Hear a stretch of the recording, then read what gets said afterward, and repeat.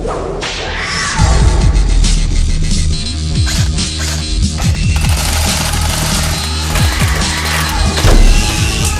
here, MeanCharles. So I'm going to go as fast as I can to assemble this.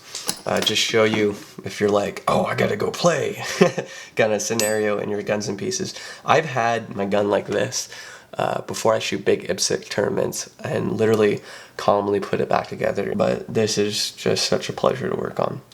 So let's go. So first things first, you just go reverse. That kind of rhymed, it was cool. So you kind of poke your hammer assembly until the hammer goes forward, and then once the hammer is forward, that's where I put the beaver tail in forward, and you're ready to go even quicker. So you could put the magazine catch on, but I'm just going to do the trigger first. So you put the trigger on, you close your bottom frame, insert a grip screw, screw on the grip screw, put on the other grip screw,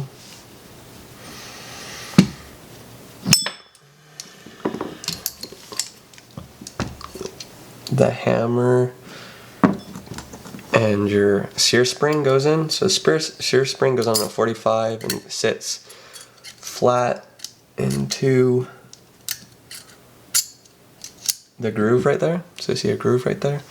Then you can put in your hammer spring.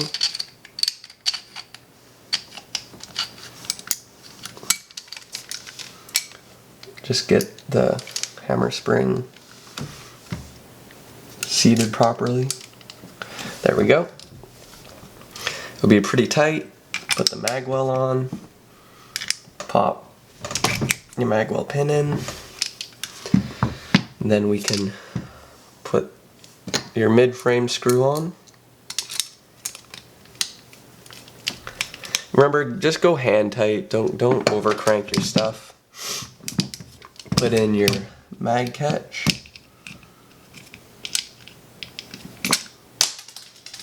Oh, there goes my safety pins.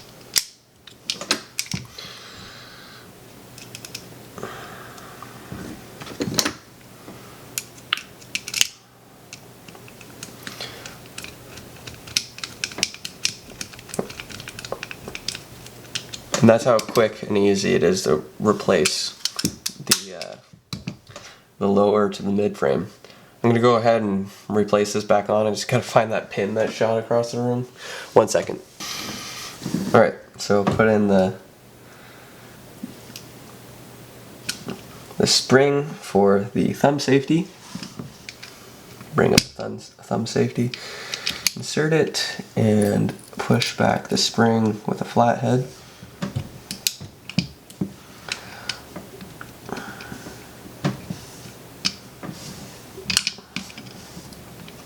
There you go.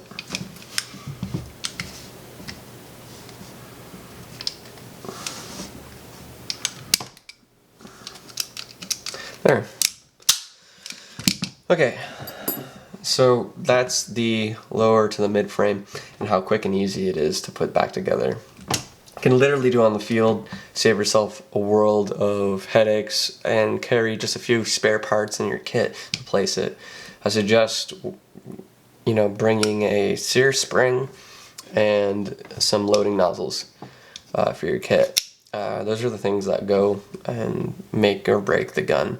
I've seen a lot of guys have cracked nozzles on the under piece of the loading nozzle, like on the Angel Customs one, like right here. You can rotate and see a crack in it.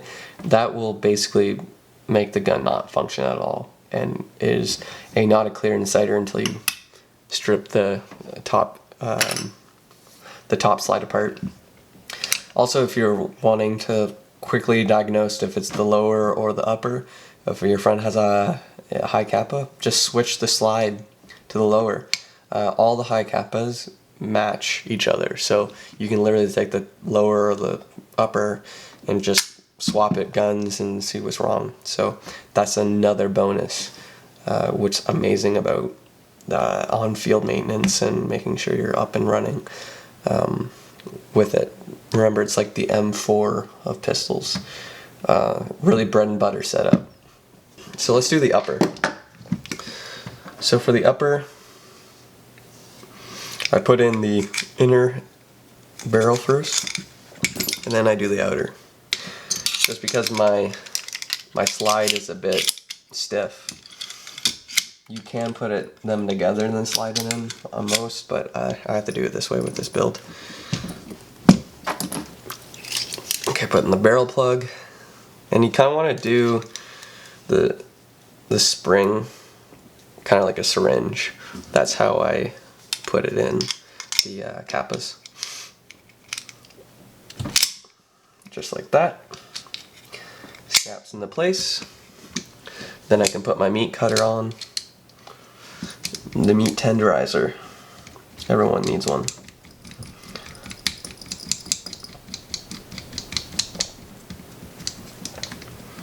And that's the upper. Really quick and easy. It's like such a smart gun. It's a gun made for Airsoft. That's what it is, really. It's just a gun made for Airsoft. Okay, so for standard maintenance, before you go and play with it, first thing you want to do is take the upper from the lower, flip it over, grab a grease and a lube. I use murder oil. Murder oil is really good, but you gotta watch it on plastics. What it does is it might swell your plastic, so like when you put it in your blowback housing, it could swell the plastic in here. So if you do notice that, you might want to go to a different oil.